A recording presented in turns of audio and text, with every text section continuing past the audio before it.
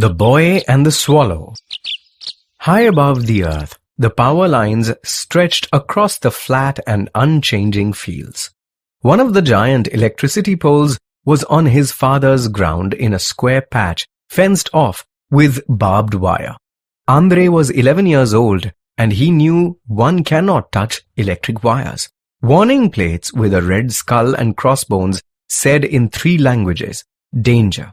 Andre was a daydreamer, and the power lines opened for him a door into a far-off world of magic, a world where there were big machines and busy factories.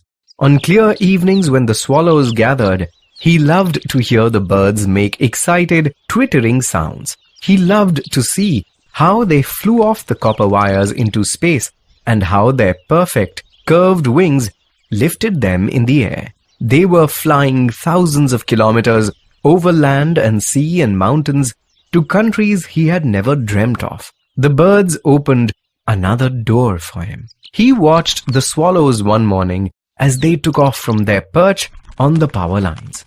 One of the swallows stayed behind, hanging there, flapping its wings. Andre saw it was caught by its leg. He wanted to rush back and tell his mother, but she would scold him for being late for school, so he went off to catch the bus.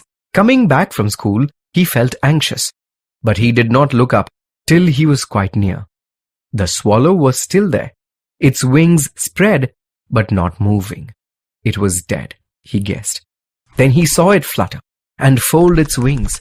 He felt awful to think it had hung there all day. The boy went in and called his mother. They stood below the power line and looked at the bird.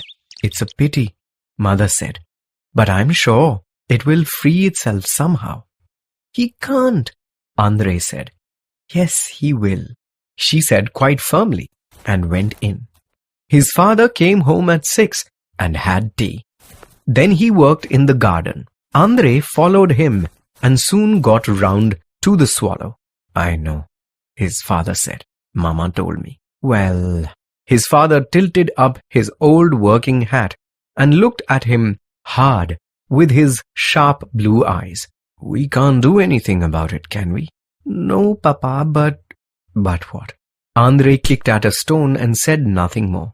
He knew his father did not want to hear anything more about the bird. At dinner, none of them talked about the swallow, but Andre felt as if it was hanging over their heads. When he was in bed, his mother tucked him in and said he must not worry about the sparrow. "It's not a sparrow, it's a swallow," he said. "It's going to hang there all night by its foot." His mother sighed and put out the light.